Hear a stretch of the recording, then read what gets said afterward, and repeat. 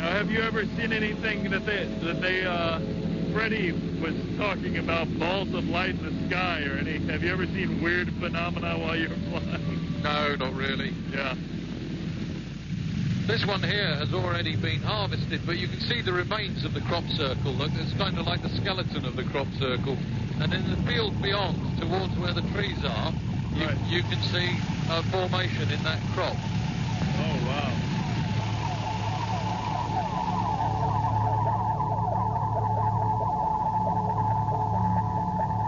What energy systems could possibly interact with oats, barley, wheat, rice, and so forth around the planet and have crops stand, go down, cross sometimes 5 or 6 times at 90-degree angles, and still lift up crop at the bottom of multiple layers and not find broken stems? I mean, I think a conversation has been established, and it's been established in terms of shape, not in terms of sound or smell. It's established in terms of shape. And so I believe the best way we can perceive it is by a knowledgeable investigation and analysis of shape and geometry. If Levengood, the biophysicist, is right, energies in microwave and plasmas are involved with the crop formation. I think it's definitely a higher intelligence, and I think the shapes are being created through an interface from our natural Earth, the ground energies, and this source, this energy that is coming into our Earth. And I think it's the interface between those two that creates the shapes. Now, whether you like to call it little green men, whether you call it higher consciousness, I don't know. But it's there, it's happening. Some Canadians were coming to stay the weekend with me. They went in and they all came to me feeling absolutely dreadful. And one was a microbiologist, and he was used to working with radiation, gamma radiation. And he said he felt he was being irradiated. He said, and I know what it feels because I work with it. And he felt really awful. He went back, he slept, and he said when he woke up, he said he had never experienced such an unusual clarity of mind. I was watching this image on television, and it just kind of hit me. It was almost as if there was this symbol that just sort of turned something inside me. And I could understand exactly at the time what it was. And it's almost as if it turned the key. But what it did occur to me was there was a piece of communication going on. And all of a sudden, something just clicked. Something opened up, like a whole world just suddenly opened up in front of me. And from that day on, I just wanted to learn more about what created it, where it come from, and what it meant. Whoever is initiating this phenomenon is massively gifted in their design skill. I was a professor of architecture at USC, and I've taught for much of my life. If it is a thermal plasma of unknown origin, what is the source of the energy? And that's where this is hard science, who they think that they're on the track of a new energy source. We've had questions put before the House of Commons going back to the early days about the crop circles, and the government officials there said, you know, they are all man-made. But what I find very interesting, the following day, at a place called Chequers, which is the country seat, if you like, of the Prime Minister, they have huge fields around it, and it's a very high security risk area. You can't get in or out. There was a beautiful formation in the field right next to Chequers, so that more or less answered the government, you know. Whether it's non-human intelligence from someplace else in the universe, or someplace that's beyond my comprehension, or it is a natural phenomena that has escaped. So either way, you've got something that is able to use, perhaps, and manipulate natural forces. So natural forces could be doing the interfacing.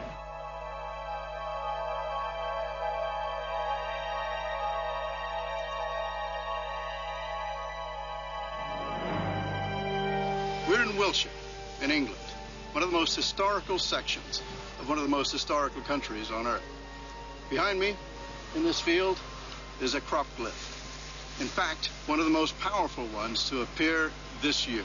You could see the sort of mass of air just moving when we got there about 2 days earlier. It was almost like liquid air just rotating above the field, and it was fascinating just to watch that. And my friend who's a psychic, she said, well, I think you'll find that Friday evening, Saturday morning, it's going to be there. So we booked a plane in advance, didn't tell anyone where it was going to be. So 7 in the morning, drove up to the airfield. There was fog everywhere. I spoke to the pilot, and he said, look, where are we going to go? And I said, we're going to go to Roundway. And he said, well, that was the last plane flying there last night, and there's no crop circle there. You're wasting your money, and besides, it's foggy. And I said, no, just take me there. Just trust me. So got on the plane, and we flew there. It's only about 5 miles from the airfield, and just as we got there, the fog just parted like a veil, and lo and behold, there it is. And all I can hear from the pilot is these exclamation marks, which I can't say on air. And he was just blown away by the whole thing, and they said, I think you're up to something here.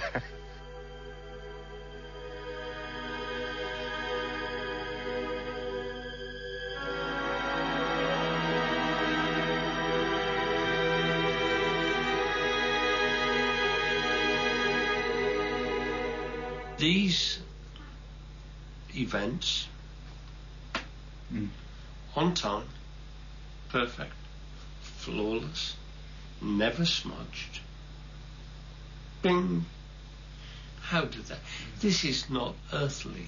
We may be on the track of something like a mini black hole that is interacting in some way with electromagnetic fields. In the real crop circles, and one of the main things that defines the real crop circles from man-made crop circles is that each one of these comes with its own energy field. It's largely electromagnetic, and two ways you can pick up this energy is either A, with dowsing equipment, which could be a pendulum, a copper rod. You can use your hands if you're very sensitive. Or you can use very sensitive electromagnetic detecting devices, which show that at the perimeter of the crop circles there's a sort of a shielding device. Usually when you go towards them, there's a background frequency, say 210 megahertz. When you cross the perimeter, you'll find that it goes up to about 600. Right, this is one of the simplest ways to actually find if there's any kind of electromagnetic energy in the crop circle. And what we're looking for here is sort of a shielding device. And if there is one, if there's a genuine crop circle, you'll find that the actual rod will actually move. It's fine, yeah. And it doesn't matter if you back in or go in frontwards, it still swings. It still swings. And you can also find out which direction the energy is moving. If you ask for which direction the energy is moving, and you usually find that it's concurrent with the lay. And you can also find polarity, which for me, the sign of polarity is if it moves in. So this would be a positive polarity. Right, well, my primary line of research is in the electromagnetic field. And I started off with the original gizmo, as it were. This was all very well and good because it would indicate electrical energy, so you'd get a sequence of little LEDs flashing, and you'd get a nice, easy visual effect, as it were. But it wasn't that objective, because you could see you were detecting something, but you couldn't necessarily tell what you were detecting. So over the years, I was getting more interested in the electromagnetic anomalies. There's reports of batteries going flat, mobile phones failing, cameras going wrong, all sorts of electrical equipment failing. I've now got some electro-detecting equipment which will actually give you a digital readout of the frequency.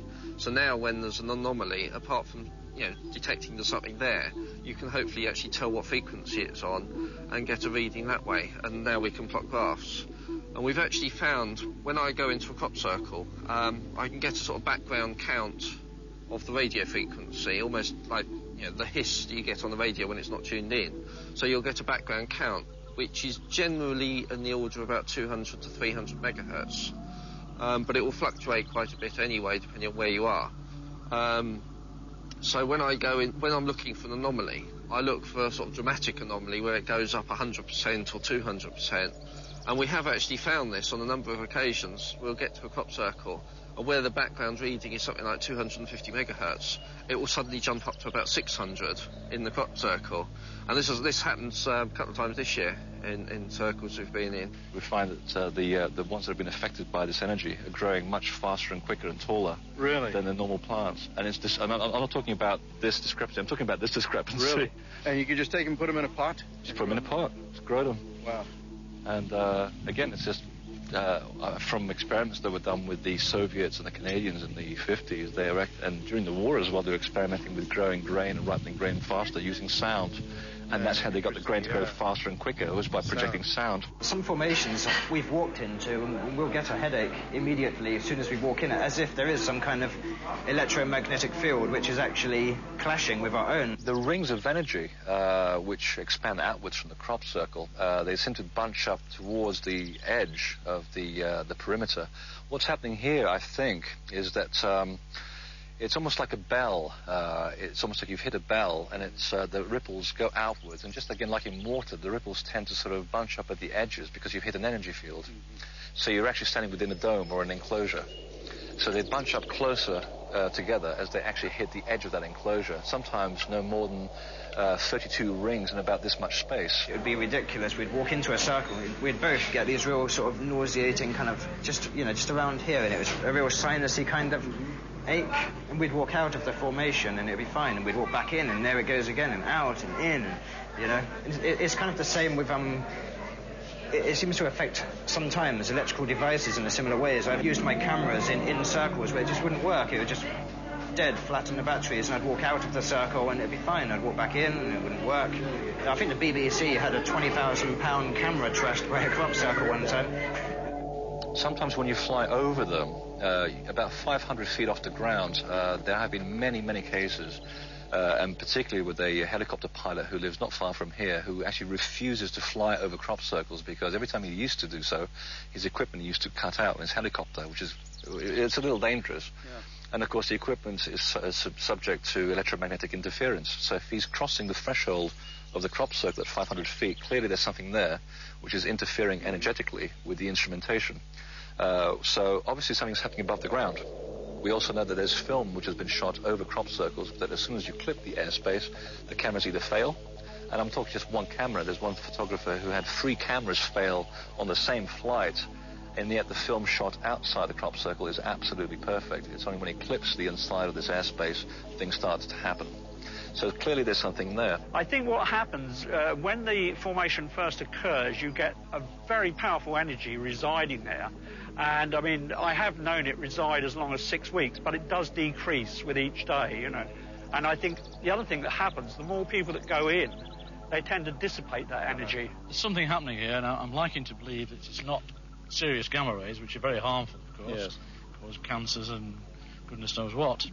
So I don't know for sure, but something's affecting the instrument. But what it can be, I don't know. But it doesn't make any difference whether I hold it onto the ground, down there, or to this height, or hold it up. So if it was contamination on the crop by, some residual contamination, you would expect it to go up. You expect it, as you put the probe to the crop, it would increase the dose rate, if you like, would go up considerably. So we think it's something coming down from the sky. Now, if you imagine the crop circles as being, let's say you have a simple circle, and you imagine these as actually being 4-dimensional. In other words, it's like a ball, and this ball has penetrated the sphere, but all you can see is like the slice of an orange. When you cut an orange, all you see is a flattened shape. So if this thing has hit the ground, what you're going to get are little ripples, like throwing a rock into a pond, if you like. You get the little ripples of water. And again, these ripples are detectable by dowsing equipment or highly sensitive electromagnetic equipment. When you actually measure the ripples and plot them on a computer, you find that there's a relationship. And this relationship from the physical design to the ripples is based on very basic geometric principles, which and geometric principles are fixed ratios. You can't alter them. They're either right or they're wrong. And every single time when you get this physical crop circle, you get the ripples going out, and each one of those ripples is placed exactly, and I mean exactly, where the geometry fits relative to the physical design, almost showing that there's a harmonic which is being set up when this object is hitting the earth plane. Perhaps the design that you actually see on the ground in the grain is simply a footprint of the complexity of the energy fields that comprise it. And in fact, there may well be as much design invisible in the air above the ground as there is underneath, as though the entire feature were a bisected orange. And the segmented pattern of the orange is what you see in the grain.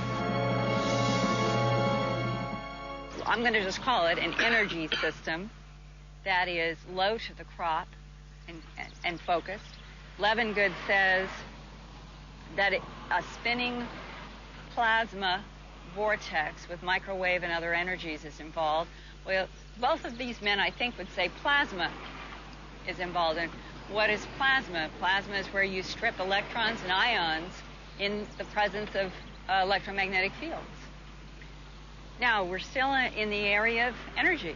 Many, many thousands of years ago, there was a lot of cultures that were here on the planet. One of the legacies that they left us were these impressive monuments like Stonehenge, Avery Stone Circle, and the thousands and thousands of standing stones and tumuli, long barrows and giants' graves that we see predominantly in England, and southern England in particular, but also in America with the mounds, which are very, very sacred.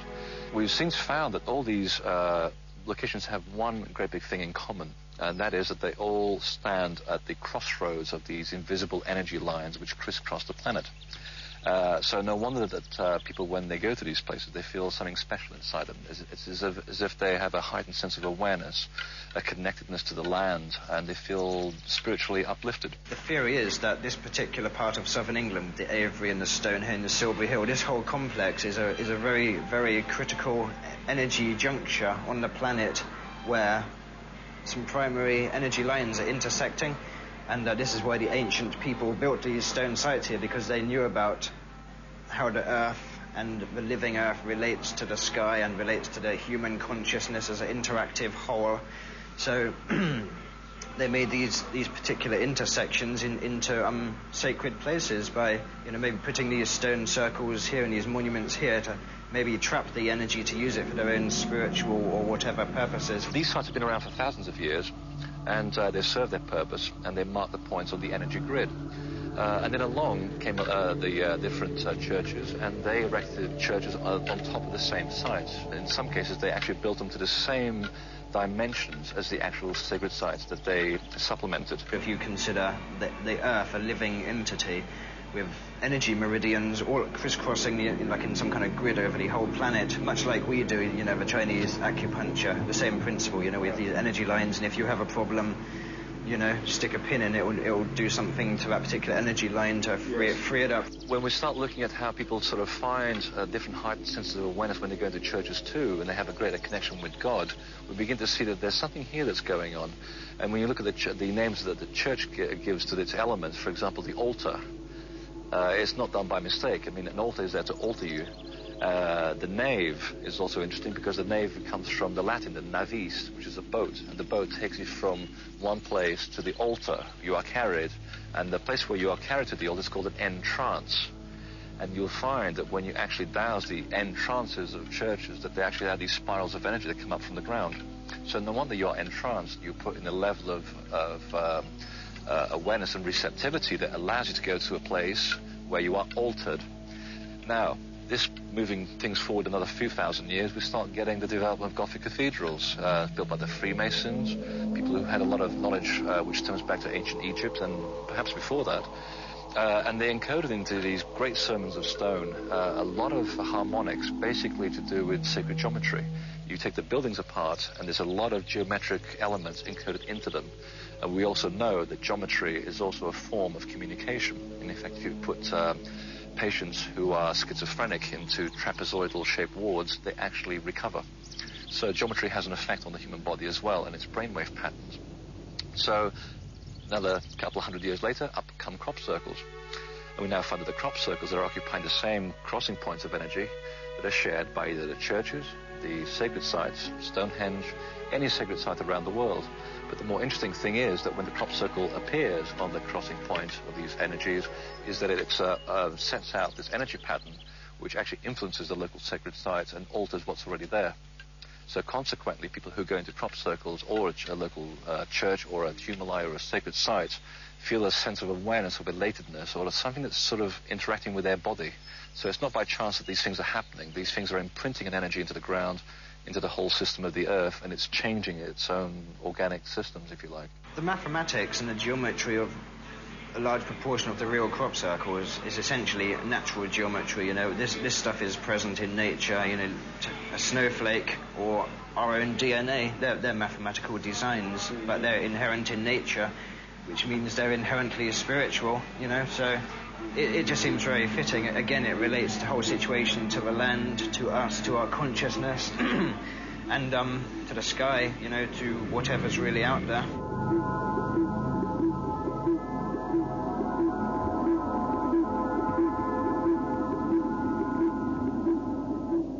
Music leaves an imprint when you actually put it into certain mediums, and this again is proven in cymatic theory, where you take a note or a human voice, and if you project that note into, say, a membrane containing powder or a liquid, you can actually photograph a geometric pattern, which now starts taking us into the area of the Hindu mandalas, those very complex geometric shapes, which the Hindus always claim were used to heighten your sense of awareness. We started to pick up these strange sounds that were being emitted, and each formation seemed to have its own distinct signature in a tone. A lot of these were in the alpha and beta range, and a friend of mine who's a musician said, you know, I'm sure you've got some music there. Well, he didn't have the slightest interest in crop circles, but was very much a musician.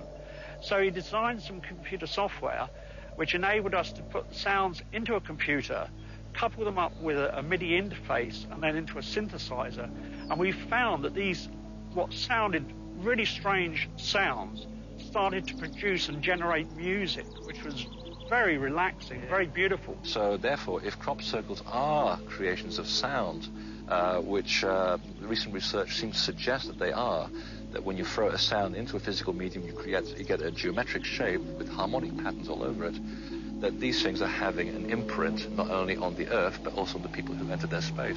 About 1996, I looked at these designs, you know, it's like, bloody wow, you know, this is unbelievable, you know, these are like hugely sophisticated mathematics, like laid out over 700, 800, 900 foot across cornfields, you know, like, Jesus, I couldn't draw that stuff on a piece of paper with a desk lamp in, you know, in perfect condition. Suddenly in 90, just down the road in Eastfield at Alton Barnes, there was this amazing pictogram, so breathtaking that it landed on the covers of the British papers, and I immediately said, I'm down there. And I think it's part of the long cultural educational program. And at the end of the 80s, I think it was decided by the authors of this program that dumb earthlings were ready to be kicked up one class into a higher level of form. And that was the first event, the second chapter.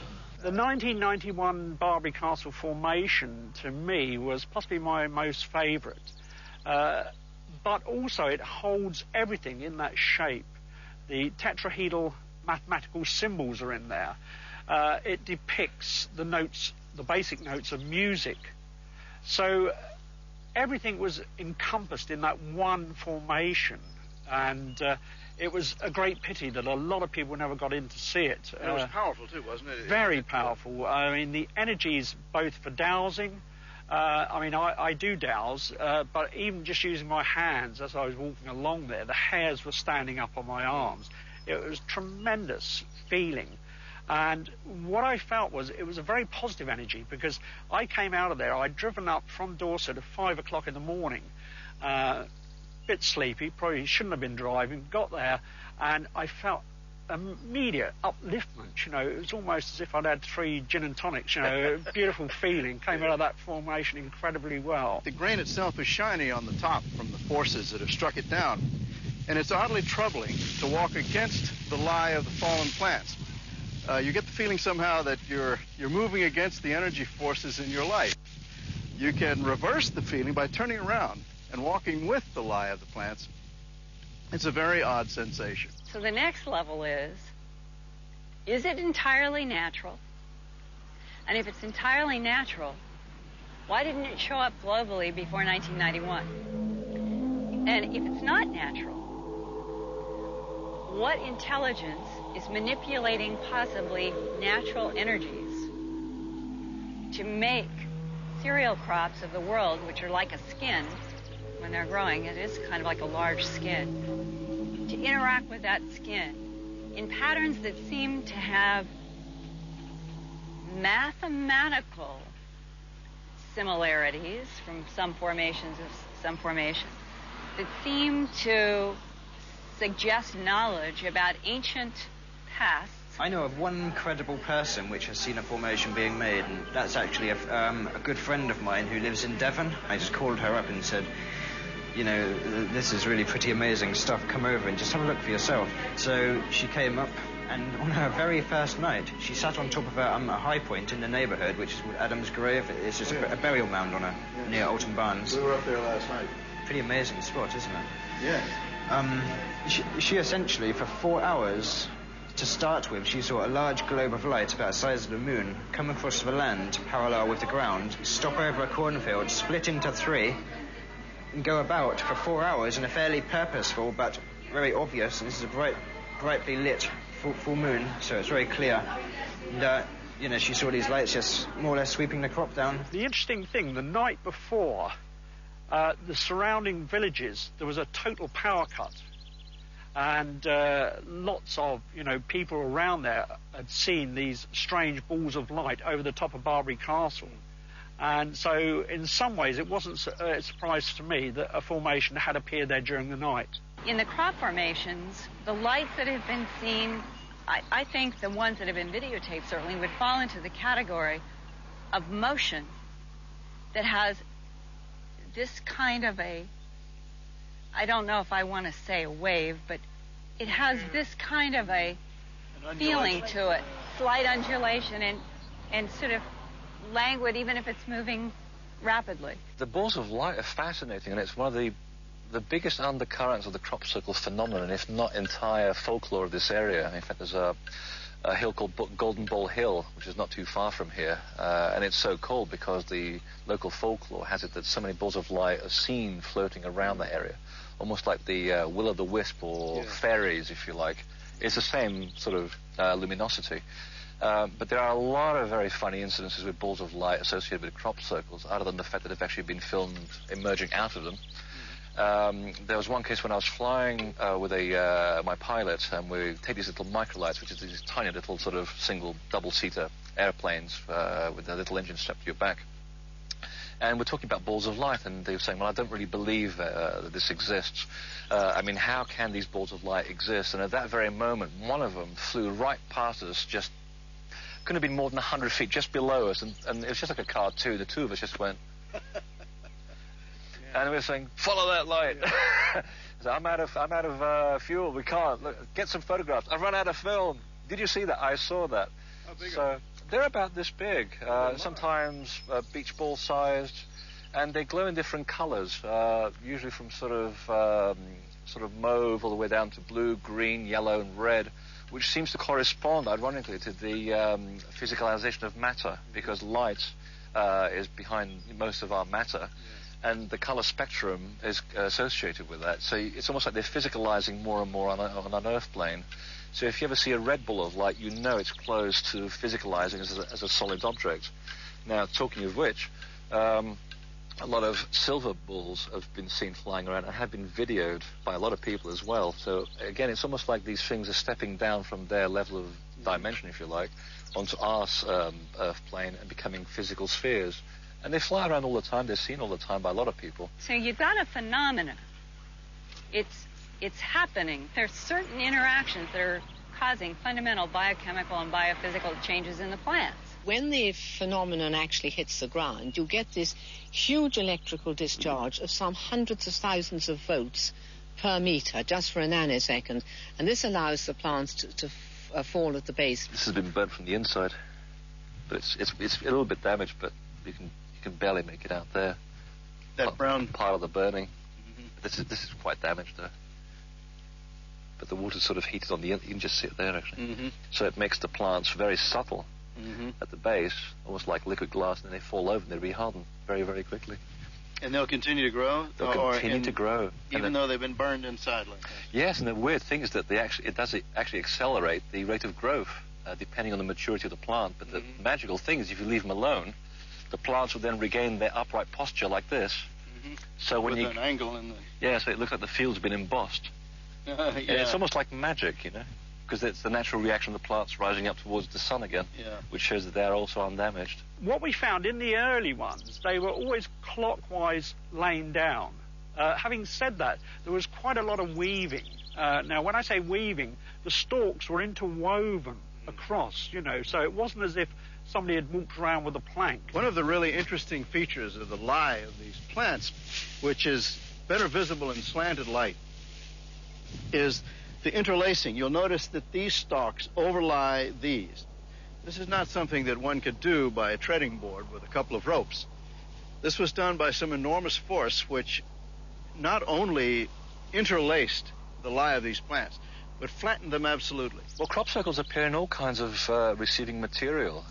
They've appeared in rice paddies, where you have a section of plants which are all just flattened in rings, and yet the actual... On the face of water. Yes, and the water's actually been displaced in the field, which matches the exact cubic spacing of the actual size of the crop circle, which is interesting. Yeah. They've appeared in snow, in ice, they've appeared in sorghum, they've appeared in wheat, in sugarcane, they've appeared in beet, in potatoes. The formations in Japan you could have plucked out of an English wheat field, but they were in wet rice paddies. And there were formations in the dry fields of Australia, which is a completely other hemisphere and another season. And they were similar, and Canada and so forth. And then as people start to take more interest, they suddenly develop into more complex shapes, just like they have in England. It was only in about the 1980s when they developed from simple circles into pictograms, into the petroglyphs, if you like. We happened to be driving past the little formation in Morsted. It was just what we used to call a dumbbell in those days, 2 circles with a linking shaft. And I was with my sister and a friend, and she's a guinea pig with the London Teaching Hospital. So I said to Maggie, "Come and sit here, Maggie." And the moment she sat down, she said, "Oh, wow, I feel marvellous," she said.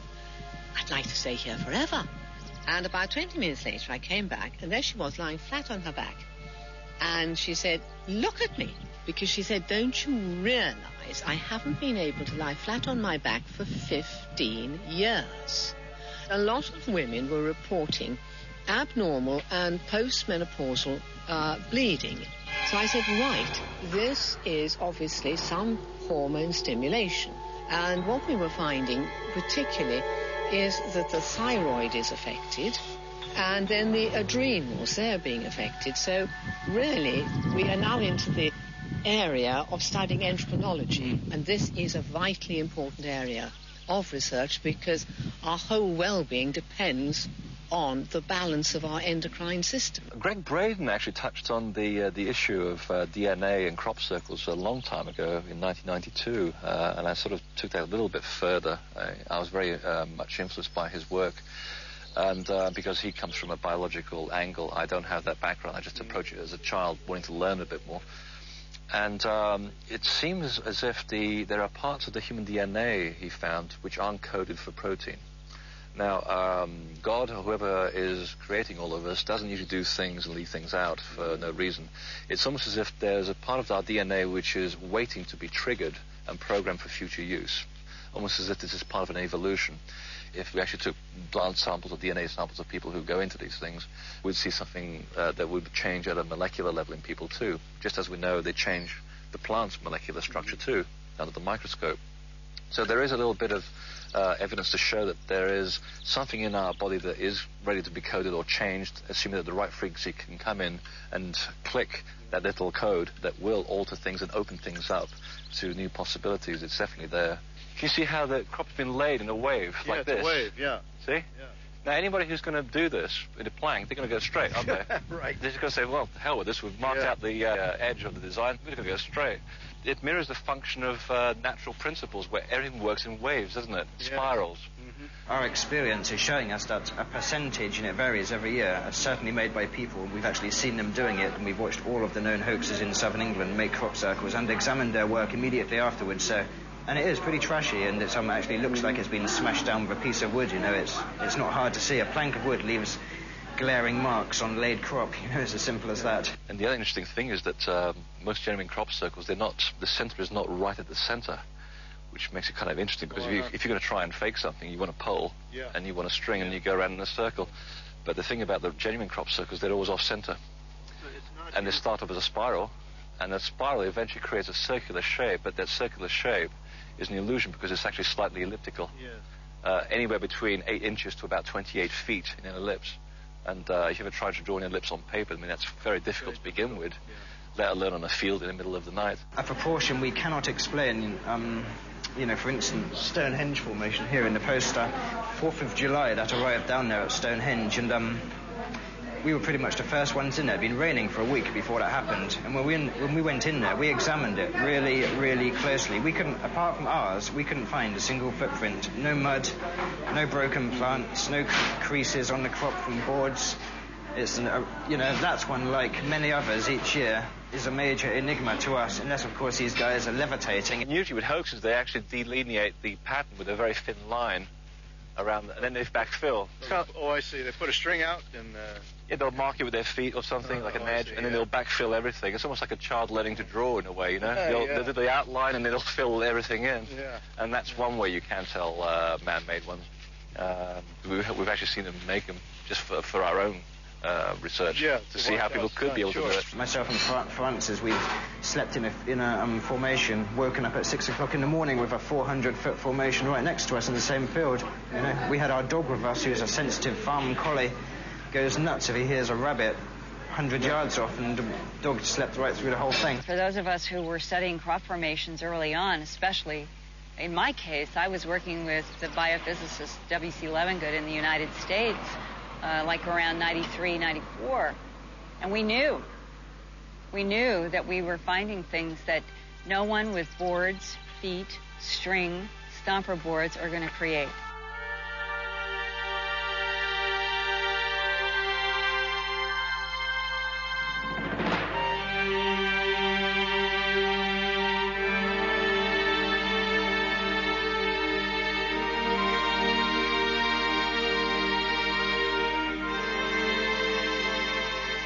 I'm a scholar. I'm an expert, you know? And it's like a Rembrandt scholar in a museum. And some woman comes along and says, look at this painting that my grandchild did. And he says, it's a piece of crap. And she says, what do you mean? Who are you to say that? And he says, well, excuse me, I've got 43 years under my belt of studying Rembrandt. What we found, it's almost as if people are wanting to muddy the subject, you know, disinform the public or just make people lose interest, in that the more media attention you get, you then find more hoaxers go out and you tend to get more ridicule and whatever, you know, if it's the powers that be trying to suppress it or whatever. Every single year we have